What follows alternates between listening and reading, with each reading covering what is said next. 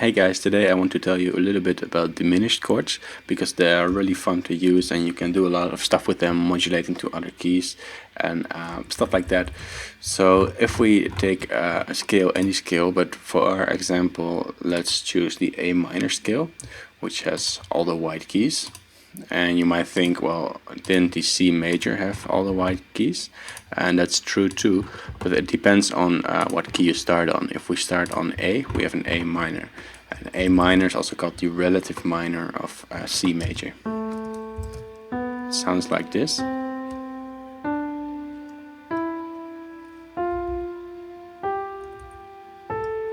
So we can use all those keys to make our chords. So let's just mute these and transpose them up a little bit so we sort of have a map for which tones we can use. And in our case we don't really need it because we know it's all the white keys, but just for a good practice. So let's start with A key, an A chord, sorry. And that's gonna be an A, a C and an E. And then let's copy that a couple of times and then just mess around with the notes and the placing. We can make this very easily into an F chord by setting the E to an F. Then we can do another F. These are very, very common progressions. Or we can make it into a D.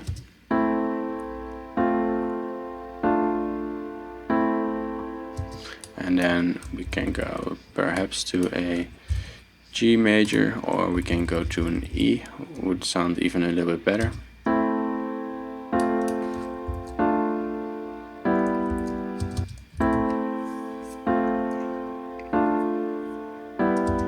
And now of course we can mess around with the voicing, and the voicing means like the order of the notes, so we can transpose them up or down an octave and get different melodies out of this, sort of a different feel while using the same chords.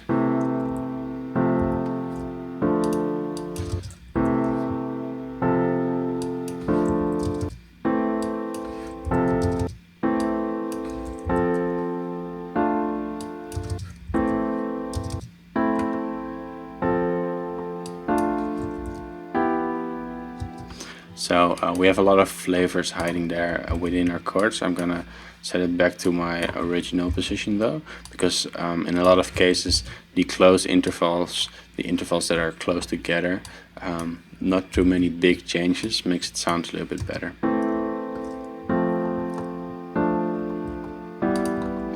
Right, but to our diminished chords. So what we can see with these chords have a thing in common. Some of them are major chords, others are minor chords, but they all have a different amount of intervals between the keys. So what that means is if let's for example take this E and we count up all the tones, so chromatic, we go 1, 2, 3, 4, and then we're at the next note. So if I do that with some sound,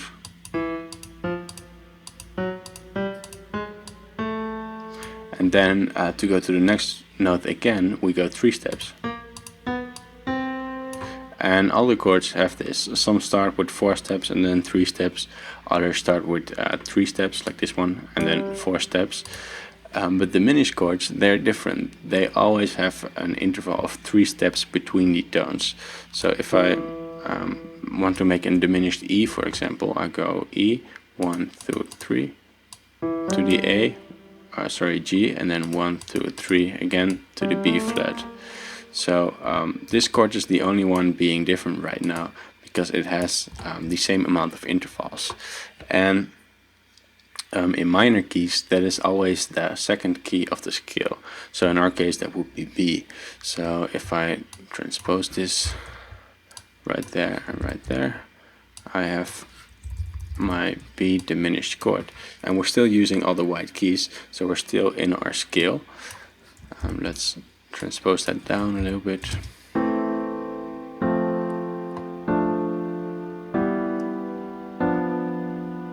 That's our diminished, and it has a lot of tension, which is good to going through other sections or going back to the beginning again. So let's mute this for a second and start fresh. So why a diminished chord is different is maybe a little bit tricky to explain, but as you can see, we have those nice white and black keys on the piano, and from B to C it doesn't have a black key in between there, and from E to F also doesn't have a black key in there. And that means that if I want to do a normal chord here, so either start with 3 steps and then 4 steps like this, 1 2 3, and then 1 2 3 4, I'm gonna land on that F sharp, which was not in our key. And if I start with 4 steps and then 3 steps, it's gonna be the same. I go 1 2 3 4, 1 2 3. I always need to land on that F sharp, and that is it in our scale. So that's why they made the chord a diminished chord. So now it's a diminished. So it basically means that the 5th is a half step lower. And we can keep building up this chord. So we can go another 3 steps, and then we go to a flat, and that isn't in our scale, so that gives even more tension, and this is called a diminished 7th. So let's use that in combination with our other chords. I'll mute this. Let's go from A to F to, what do we have here, D, and then to an E chord, and then our diminished, and then let's build up a diminished 7 on that. So we just choose a note and separate it 3 more half steps.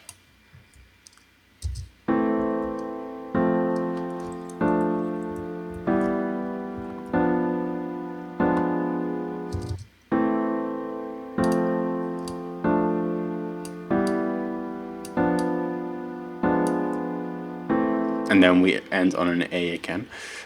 In first inversion, this makes it look like a normal A. We invert that note.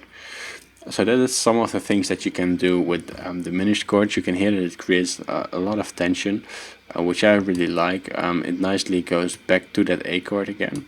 So if I loop this, it's a nice progression with tension at the end and then resolving back to A.